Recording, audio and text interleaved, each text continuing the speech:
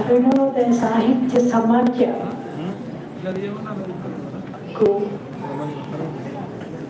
దీని జ్ఞానం యొక్క వర్ధంతిని ప్రతి సంవత్సరం నిర్వహిస్తున్నటువంటి న్యూ డెమోక్రసీ పార్టీకి నేను అభివందనం తెలుపుతున్నాను.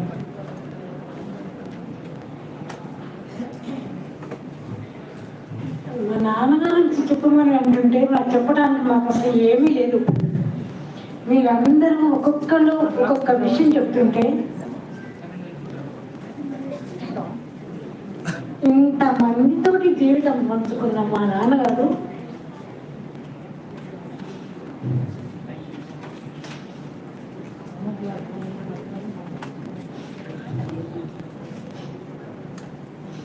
మాకు ఇచ్చిన జీవితం 10 సంవత్సరాలు.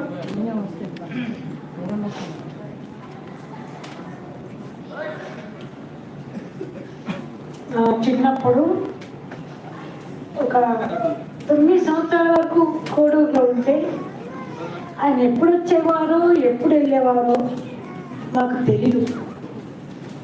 2 రోజులు 3 రోజులు ఉండేవారు. వస్తే ఆ 2-3 రోజులు పొలం పని చూసుకోవటం, ఇంట్లో దొడ్లో ఉన్న తోట చూసుకోవటం సరిపోయేది. మిగిలిన సాయంత్రం టైం అంతా కూడా సాయంత్రం పూట వెళ్ళి అక్కడ ఉండేవారు ఈ కమ్యూనిస్టు మావయ్యలు. వాళ్ళతో పాటు చర్చలు లేకపోతే నాటకాలు ఇవే సరిపోయేకు ఒక దేవుడి సంబరం వచ్చేది అన్నట్టు. ఆ దేవుని గుడి మా తాతగారు కట్టించారు. దాని యొక్క ఆస్తులు మా మేనమామ ఇచ్చారు. కాబట్టి ఆ దేవుని గుడి సంబరాలు మటుకు 3 రోజులు మా నాన్న కోడూరులో మా దగ్గరే ఉండేవాడు. ఆ 3 రోజులు మటు అంటే నేను దాదాపు నాకంటే పెద్ద ఆయన ఉన్నాడు కానీ అతను పెద్ద అటాచ్మెంట్ లేదు. ఆడపిల్ల అంటే నాన్నకి ఇష్టం బాగా. ఎందుకంటే తాతయ్య 11 ఏళ్ళప్పుడు చనిపోతే 2 అక్కయ్యలు 2 అక్కయ్యలకు 2 చెల్లెలకు పెళ్లిళ్ళు చేశారు తన దగ్గర నుండి. ఆ అనుబంధంతో ఆడపిల్లలు అంటే ఇష్టం ఉండేవాడు. నేను ఒక్కదాన్నే కాబట్టి ఇష్టం ఉండేవాడు. దాని తర్వాత మేము విజయవాడ వచ్చేసాము. విజయవాడ వచ్చేసిన తర్వాత పార్టీ తప్పితే నెలకు 2 నెలలకు 3 నెలలకు వచ్చేవాడు. ఊళ్ళకి వెళ్ళటం, తయారు చేయటం, బుర్రకథలు నేర్పడం తప్పితే ఆయన వస్తున్నాడు వాడిని అనగానే నేను బెనర్జీ మామయ్య సైకిల్ ఎక్కించుకొని విశాలంగా తీసుకెళ్ళేవాడు. నేనెందుకు వెళ్ళేదాన్ని అంటే మా నాన్న వస్తూ బుట్టల కొద్ది పండ్లు పట్టుకొస్తాడు. ఫస్ట్ పండు నేను తినాలి, నాకు పెట్టాలి. అంతే తప్పితే ఎక్కడికి వెళ్తున్నాడు ఏంటిది అనేది మాకు అసలు ఏం తెలియదు. మా చదువులు మా జీవితాలంతా మా అమ్మే చూసుకున్నది. దాదాపు ఆస్తిపాస్తులన్నీ కూడా లేవు మాకు, చాలా తక్కువ. తాతయ్య ఉన్నప్పుడు ఉన్న పెద్ద ధనవంతులము ఆ ఊరి జమీందారులు. అన్ని పెళ్ళిళ్ళకు కరిగిపోయి లాస్ట్కు మిగిలిన 2 ఎకరాలు. ఆ 2 ఎకరాల్లో కూడా ఆ పంట పట్టుకొని వెళ్ళిపోయేవాడు నాన్న. కొత్త అమ్మ యొక్క ఆస్తి పంటే మా తిండి సరిపోయేది. బర్లను పెట్టుకొని అమ్మ విజయవాడలో ఆ గడ్డి తెప్పించుకొని మా 5 పిల్లలను పోషించేది. మా చెల్లెలు లాస్ట్కు పుట్టింది. మేము 5 కూడా ఎప్పుడు నానొస్తానా అని చూసేవాళ్ళం. పాలు పెరుగు తప్పితే మాకు కూరగాయలు కూడా తెలిసే కాదు. చూసేవాళ్ళం, పండ్ల కోసం చూసేవాళ్ళం నాన్నను.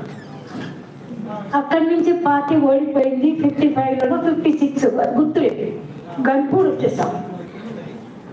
అప్పుడు ఏంటి ఎందుకు వచ్చాము అని, ఎందుకు వస్తున్నావు నాన్న ఇక్కడికి, మనం ఇక దూరంగా అడవిలోకి వచ్చాము ఏంటంటే ఆ పార్టీ కమ్యూనిస్ట్ పార్టీ పాడుగాను 2గా విడిచిపోయింది, అందుకే నేను ఉండకొచ్చేసాను అన్నాడు.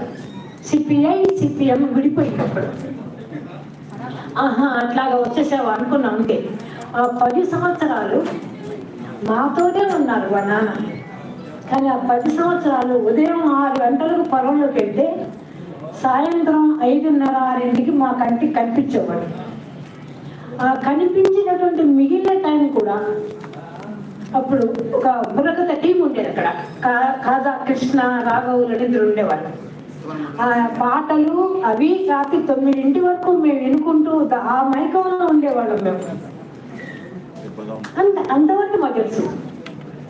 ఆయనకి ఏమైనా అది అయిపోయింది. మా చదువు లేదు, మా అవన్నీ ఏంటో అసలు స్కూల్ పంపడం తెలియదు, ఏమి తెలియదు నాకు. పొరవు ఆ పంట ఊరు మొత్తంలో కానూరి వెంకటేశ్వరరావు పండించిన పంట దాదాపు 150 కుటుంబాలు ఉన్న ఊర్లో ఎవ్వరూ పండించలేకపోయేవాడు. అంత కష్టం పడేవాడు. తను నాగలి కనుక సాలేస్తే జీతగాళ్ళు పరుగులు పెట్టుకుంటూ వెళ్ళేవాడు, కానీ ఏ రోజు కూడా నాన్నను ఓడించలేకపోయేవాడు. వద్దరా నువ్వు ముందు తొందర పోతురా, మా గోస అవుతుంది అని గునుక్కుంటూ కూర్చునేవాడు. అట్లా మాకు ఈ జీతగాళ్ళతోటి ఆ కుటుంబంతో మాకు అమ్మతోటి అనుబంధం ఏంది, కానీ నాన్నతోటి మాకేమి ఎటువంటి అనుబంధం లేదు అసలు. ఎందుకంటే నాన్న అంతే. కానీ మాకు ఆడపిల్లలు మగపిల్లలు అనే భేదం చూపించకుండా ఆడపిల్లలు ఏ విధంగా వాళ్ళని వాళ్ళు కాపాడుకోవాలి. మేము వెళ్ళే టైంకు అది ఒక దొరల రాజ్యం. అక్కడ ఉన్నటువంటి అరాచకాలను ఎదుర్కొనడానికి ఏ విధంగా కాపాడుకోవాలి అనేది. మగపిల్లలకేమో ఎవరన్నా కొట్టాడు అనుకోండి, అరే మీరు ఇబ్బంది వరకు వెళ్ళద్దు. ఒకడు కొట్టాడు అంటే వాడు మళ్ళీ చెయ్యి లేపకుండా అందరు కలిసి కొట్టేయాలంటే. ఆ విధంగా మగపిల్లలకే. ఆడపిల్లలకేమో మీ జోలికి వస్తే వెనక ముందు చూడొద్దమ్మా, దేనికైనా సిద్ధపడాలి, మీరు కాపాడుకోవాలి. ఎవరో వస్తారు మిమ్మల్ని సేవ్ చేస్తారని, అయ్యో నాకు ఇట్లా అయింది, నన్ను ఇట్లా అన్నారు అని చెప్పుకోవడానికి కూడా వీలు లేకుండా ధైర్యంగా పెంచాడు. మేము వేరే కూడా అసలు మగపిల్లలు లెక్క చేయలేదు, ఎవరిని లెక్క చేయలేదు. ఆ విధంగా మా ధైర్యాలు మాకు పెంచాడు. ఉన్న 1 గంట 2 గంటల్లో ఇవే కాకుండా కూర్చొని కష్టం చెప్పుకుందాం, నాకు దెబ్బ తగిలింది, నాకు జ్వరం వచ్చింది అని చెప్పుకునే టైం ఉండేది కాదు. తనంత పనిలో మునిగిపోయి ఉండేవాడు. మొత్తం కుటుంబ భారం మొత్తం అమ్మే చూసుకునేది. కాబట్టి మాకు అమ్మతో ఉన్న అనుబంధము నాన్నతో లేదు. ఒక 10 ఏళ్ళు మాకుంటే 60 సంవత్సరాలు మీ పార్టీకి ఉంది. అదొక ఆయన యొక్క సంతృప్తికరమైన జీవితము మీతో గడిపేందుకు నేను చాలా సంతోషపడుతున్నాను. ముఖ్యంగా నా పెళ్ళి నాకు చేసిన సపోర్టు, మా పెళ్లి చేసినప్పుడు ఒక రకమైన ఉద్వేగంతో జరిగినట్టు పెళ్లి మరి. ఆ పెళ్లిలో రామనాథయ్య మామయ్య, మాజీ ఎమ్మెల్యే రాజేశ్వర మామయ్య, అట్లూరు రంగారావు, చౌదరి ఓకే మామయ్య, వీళ్ళ 4 కలిసి పెళ్లి చేసినప్పుడు అప్పుడు దాదాపు నేను ఒక ఉద్వేగంలో ఉండి ఒక మైకంలో ఉండి ఏంటి అని తెలుసుకోని పరిస్థితిలో మా పెళ్ళి అయితే కూడా మొత్తం ఎంత సపోర్ట్ అంటే నా కుటుంబం సపోర్ట్ లేదు, తన ఒక్కడి సపోర్ట్ తోటే అందరికంటే వ్యతిరేకంగా పెరిగి నేను ఈ యొక్క నా పెళ్ళైపోయి రెడ్డి కాలనీ ఇంట్లో కొడుకులతోటి అందరితోటి పోట్లాడి నాకు కూడా సమానంగా వాటా వచ్చిన తర్వాత ఆయనతో ఉన్న నాకు అనుబంధం పెరిగింది. 66లో రామనరసింహ వచ్చి మా పెద్దమ్మాయి పుట్టినప్పుడు నేను వెళ్ళిపోతున్నామ్మా అన్నాడు. ఎక్కడికి పోతున్నామ్మా అయ్యా అనగానే మళ్ళీ పార్టీలోకి వెళ్ళిపోతున్నామ్మా, బాధ్యతలు మట్టుకు నాన్నకు అప్పగించిపోతున్నా అన్నాడు. అంటే ఇదేంటి పార్టీ అప్పుడు వద్దనుకున్నారు మళ్ళీ వెళ్తున్నారంటే మళ్ళీ పుట్టింది పార్టీ, సాయుధ పోరాటం అని చెప్పి అన్నారు. అట్లాగా అనుకున్నా అంతే. నెక్స్ట్ ఇయర్ నుంచి 67 నుంచి అమ్మకు నాన్న వ్యవసాయం అప్పగించేశాడు. పండించుకోవో ఏమని చేసుకోవో ఏం చేసుకో, మొత్తం నేను పుస్తకాలు పట్టుకొని రాయటము, మళ్ళీ బుర్రకథలు ఇవి అవి రాయటం. తర్వాత 70 తర్వాత 71 నుంచి 80 వరకు దాదాపు మేము అందరం ఒక దగ్గరే ఉన్నాం. ఆయన కూడా వరంగల్ వచ్చేసాడు. ఎవరి కొడుకులకు ఆస్తులు పనిచేసి అన్నీ ఇచ్చేసి వచ్చేసాడు. వరంగల్ వచ్చేసిన తర్వాత ఇప్పుడు అన్నారు ఇందిరా భాగవతం అని. ఆ భాగవతం బుక్ మా ఇంట్లో కూర్చొని రాసేవాడు. ఎమర్జెన్సీ వచ్చింది, ఆ టైంలో బుక్ తీసుకొచ్చి మా ఇంట్లో దాచిపెట్టాడు. తను మొత్తం రచన కంప్లీట్ అయిపోయింది, దాచిపెట్టాడు. 80 అయిన తర్వాత అట్లా ఉండి నా దగ్గర ఉండిపోయింది. తర్వాత ఈ పార్టీ రెండుగా సిపి వర్గం ఈ వర్గం చెప్పిపోయినాక నాన్న ఈ వర్గంలోకి వచ్చేసారు. వచ్చేసిన తర్వాత ఈ బుక్ అప్పుడు ఆ టైంలో బాలగోపాల్ మా ఇంట్లో రెండుకున్నాడు, మా ఇంట్లో ఉన్నాడు. బాలగోపాల్ మీద దాడి కోసం మా ఇంటి మీద దాడి చేశారు. చేసి మా ఆయన పట్టుకొని బాగా హింస పెట్టాడు. ఆ టైంలో అన్ని ఎనుగులాడినప్పుడు ఈ భాగవతం బుక్ దొరికింది. ఆ బుక్ దొరకంగానే ఇది ఎక్కడిది అంటే నువ్వే రాశావంటే, కాదు మా మామగారు రాశారంటే నేను నమ్మను అంటే మా సార్ తీసుకుపోయి మేము సారాలు తెచ్చుకుంటాను, తను తీసుకెళ్ళి ఇంటి ముందు మోర్లో పడేశారు. ఆ విధంగా బుక్ మిస్ అయ్యింది. నన్ను చాలాసార్లు అడిగారు, పుస్తకం మీ దగ్గర ఉందా చెప్పండి అంటే నేను చెప్పలేకపోయాను. ఎందుకంటే వాస్తవంగా నా దగ్గర నుండి అది పడేశారు. నా నుండి ఇక్కడే ఉంది బేబీ అంటే లేదు నాన్న నువ్వు ఎక్కడ పెట్టావో అని తప్పించుకున్నా. ఆ విధంగా నాది ఈ భాగవతం బుక్, ఇందిరా భాగవతం అనే పెద్ద బుక్, దాదాపు ఒక 200-300 పేజీల బుక్, అది మా వల్ల మిస్ అయింది. ఇట్లా తను వచ్చిన తర్వాత ఓ రోజు అమ్మ చనిపోయే పరిస్థితి వచ్చినప్పుడు నాన్న వైజాగ్ నుండి వచ్చి హాస్పిటల్లో జాయిన్ చేసి లెటర్ ఉంది, లెటర్ పట్టుకెళ్ళి పార్టీకి ఇవ్వాలని వరంగల్కి వచ్చాను, హైదరాబాద్ వచ్చాను. అమ్మ చనిపోయే స్టేజ్ 1 గంట ముందు ఆ స్థితి వచ్చేసిందని తెలిసిన తర్వాత సరే అనుకున్నారు. అక్కడికి అమ్మేమన్నది, వెళ్ళిపోని అన్నా నేను నడువు నొప్పి పెడుతుంది వెళ్ళిపోండి, ఇంటికి వెళ్ళాడు. చనిపోద్దని అనుకోలేము నాన్న. అప్పుడు నాకు కోపం వచ్చి చనిపోయే స్థితిలో ఉంటే అమ్మ నన్ను అట్లా వదిలిపెట్టి నువ్వు వెళ్ళిపోతావా అని, అమ్మతో పాటు బేబీ కూడా చనిపోయింది, నువ్వు రావద్దు అని చెప్పాడు. 2 సార్లు వస్తే కూడా ఎల్లగొట్టేశాను. ఎల్లగొడితే అసలు రాలేదు. ఒకసారి ప్రెస్ క్లబ్లో నాన్నకు సన్మానం జరుగుతుంది. అందరు చెప్పిండు సరే పోదాము, నువ్వు పోవా అని అందరూ వరంగల్ అంటే వచ్చాను. వస్తే అక్కడ ఫ్లైట్ అప్పుడు నేను పోయి ఆడియన్స్లో కూర్చున్నాను. మిగిలిన కుటుంబ సభ్యులందరినీ పిలిచి స్టేజ్ మీద కూర్చోబెట్టారు.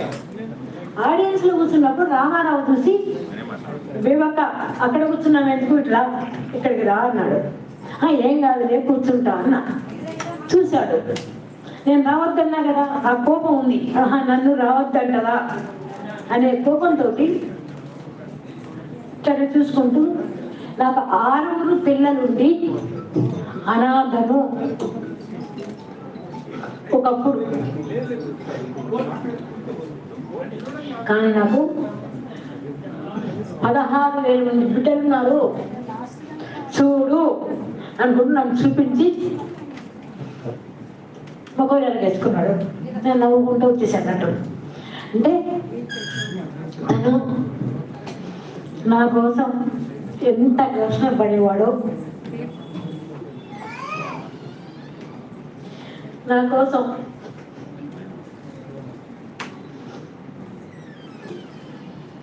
ఎంత బాధపడేవాడు నాకు తెలుసు. కానీ తన ఇచ్చిన ధైర్యంతో ఈరోజు కూడా అన్ని విషయాల్లో నేను మా కుటుంబ సంబంధాలతోటి ఎట్లా ఉన్నా పూర్తి ధైర్యంతో బతుకుతున్నానంటే నాన్న. తను ఖమ్మంలో చనిపోవటానికి సిద్ధమైనప్పుడు కబురు వస్తే నేను వెళ్ళాను.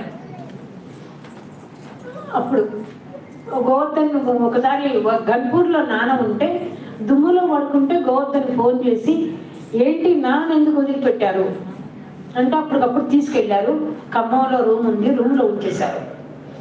ఆ రూమ్లో ఉన్నప్పుడు వీళ్ళు బాగాలేదు బతికేటట్లేదు అంటే వెళ్తే నేను వచ్చేస్తానే బేబీ అన్నాడు. ఎందుకంటే అమ్మ చనిపోవటం నా చేతుల్లో చనిపోయింది, మొత్తం నువ్వే చూసుకున్నావు కాబట్టి లాస్ట్ టైం కన్నా వస్తావా నువ్వు అని ఒకరోజు అన్నాడు. అన్నాక సరే వెళ్ళా.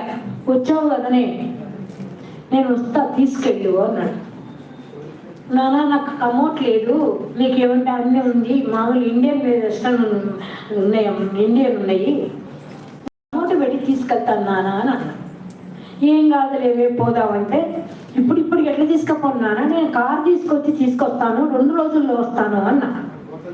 2వ రోజు కమోట్ ఏర్పాటు చేసి బస్ స్టాండ్కి వచ్చే వరకు వివి గారు అంటే వెంకటరామయ్య గారు నాన్న చనిపోయారు అని ఫోన్ చేశారు. అప్పుడు నేను ఏం అనలేకపోయాను.